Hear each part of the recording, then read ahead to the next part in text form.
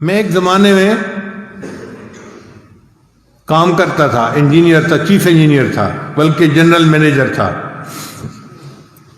35 فیکٹریاں میرے انڈر تھیں، اور اتنا میرا تجربہ تھا کہ مجھے مالک بھیجتا تھا جہاں کہیں کوئی یعنی خرابی آ جاتی کہ ٹھیک کر کے آئیں۔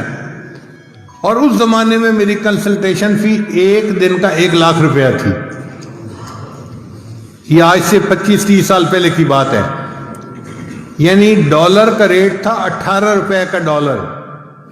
اب آپ سوچیں کہ 18 روپے کا ڈالر تھا اور مجھے ایک دن کا 1 لاکھ روپے ملتا تھا۔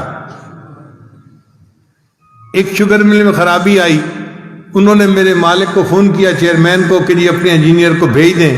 میں 7 دن کے لیے گیا اور 7 دن وہاں کام کیا اور 7 لاکھ روپیہ لے کے آیا۔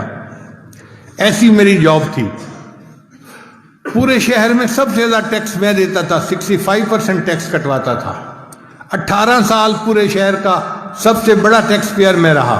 اتنی اعلیٰ نوکری تھی، لیکن میں نے نیت کی ہوئی تھی کہ جب میری عمر 40 سال ہو جائے گی تو میں دنیا کی نوکری چھوڑ دوں گا اور میں پھر اپنا پورا زندگی کا وقت دین کے لیے گزاروں گا۔ تو الحمدللہ میں نے پھر دین کے لیے وقت دینا شروع کر دیا۔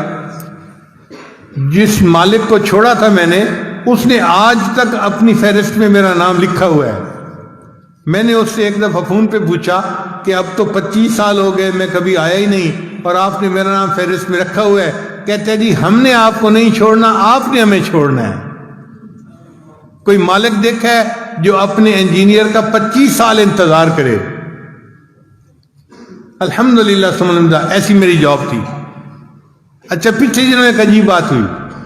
ایک میرا پرانا دوست جو تھا، خلی، وہ ملنے کے لیے آ گیا۔ اب اس کی بیوی میری بیوی کو ملی تو اس نے ان کو واقعات سنائے کہ آپ کے ہسبینڈ تو اتنے بڑے انجینئر تھے اور میرے خاوند کا فیلو بھی تھے اور ان کے شاگرد بھی تھے۔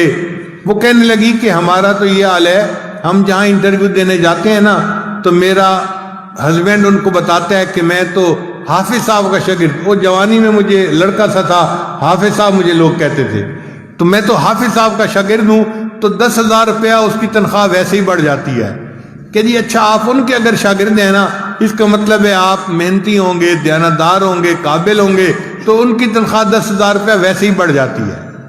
اس نے عجیب و غریب باتیں سنائی کہ آپ کے خاوند کی تو اتنی اچھی جاب تھی، یہ تھی، وہ تھی، اتنا اس زمانے میں یہ کماتے تھے، ایک مہینے ایک دن کا 1 لاکھ، تو اگر آج ان کی جاب ہوتی تو پتہ نہیں تیرے خاوند تو کہاں ہوتے۔ خیر، عورتیں تھیں، آپس میں باتیں کرتی رہیں۔ جب مہمان چلے گئے تو بیوی سے میری ملاقات ہوئی، تو بیویاں بیوی ہوتی ہیں، مجھ سے پوچھنے لگی کہ مجھے آج ڈیٹیل کا پتہ چلا، آپ نے مجھے کبھی بتائی نہیں کہ آپ کی اتنی اچھی جاب تھی اور آپ کو اتنا 1 مہینے کی تنخواہ ملتی تھی۔